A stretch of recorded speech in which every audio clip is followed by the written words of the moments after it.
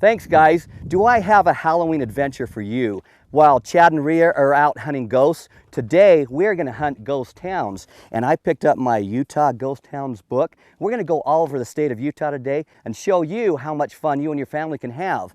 And right now I'm in the town of Mercer, which is southeast of Twila.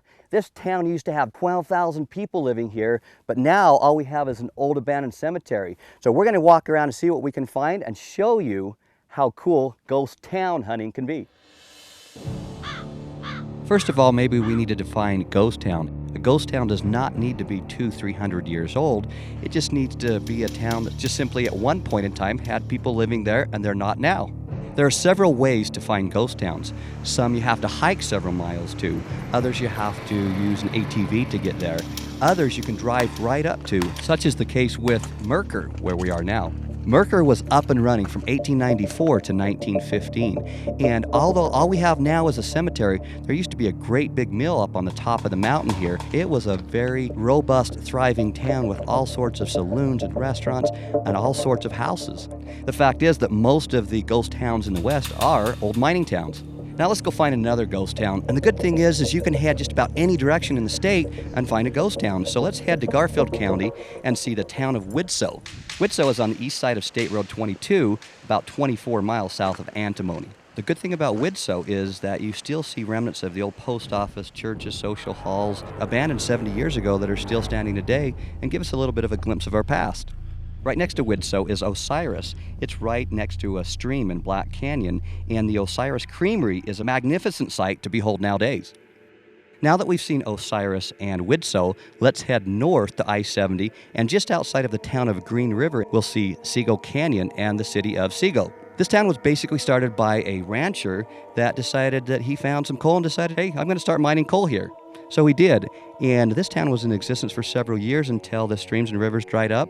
To this day, you will discover that many of the old buildings are still intact. Several houses, homesteads, restaurants, you name it, you'll find it here as well. Now that we've seen several of these ghost towns that you can get to just by driving up, we're going to go to a couple more rugged towns. One of these ghost towns is just outside of Marysville, Utah. We're up Bullion Canyon. As you can see, we got here on ATVs, but once we got here, the buildings were a little bit tilted to the side. I think this is an awesome old cabin. I wonder how old this is. This definitely does not remind me of home. When you're up Bullion Canyon, you will see remnants of the pioneers, but you'll also see remnants of the Spaniards who also mined gold a century before. Now, we've traveled off of the beaten path to find these little ghost towns, but that's not always the case. There are several ghost towns just outside of major cities, such as Salt Lake City, which is the capital of Utah. Let's see what we can find just outside of the area here. Now I'm up Little Cottonwood Canyon, and I found a piece of our old past here. This is 150 years old. This is where they used to mine granite here at the granite quarry. Look at this, an old piece of the past here. We even have one of the old tools stuck in the rock. So I've heard there's a church up Little Cottonwood Canyon. I don't know what kind of church it is, but we're gonna go see what it's all about and see if we can discover some things along the way. Well, this is a pretty good hike. We ended up hiking a little bit longer than we expected today. We hiked about an hour and a half just to find out that there were a few parking lots a little bit closer that we didn't know about. But it was a lot of fun and we had a great time hiking. Wow, come check this out. Looks like an old road grader or something.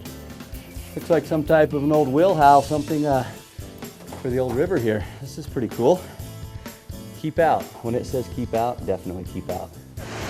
There it is, we made it! We were told, oh, it's a church or it's an old mining building, but I think it looks a little bit more like a mill because you can see a little aqueduct here that drops down, a little channel that drops down right into the river. Today has been a very fulfilling experience for me, whether it was by ATV or four-wheeling or hiking. I was able to get in touch with my past. It's very important that when we visit all of these old sites, that we don't take anything from them. We leave them the way we found them, and we don't destroy anything from our past because we want our kids to be able to enjoy the same things that we enjoy. And whether it's Halloween or any other time of the year, you really need to get out and share this experience with others and enjoy the ghost towns of the West. This has been a lot of fun. I've never done anything like this before, but if you want to do it, just pick up a Ghost Town book at your local library or go to ghosttowns.com and you can put in your state and find any ghost town anywhere in the country. It's a great website. But remember, do not go alone. It can be a little bit spooky, but I have my cameraman here today. So remember, take your friends and family out, go hunt some ghosts, and most of all, have a happy Halloween. I'm Corey Toon. Now let's get back to Chad and Rhea.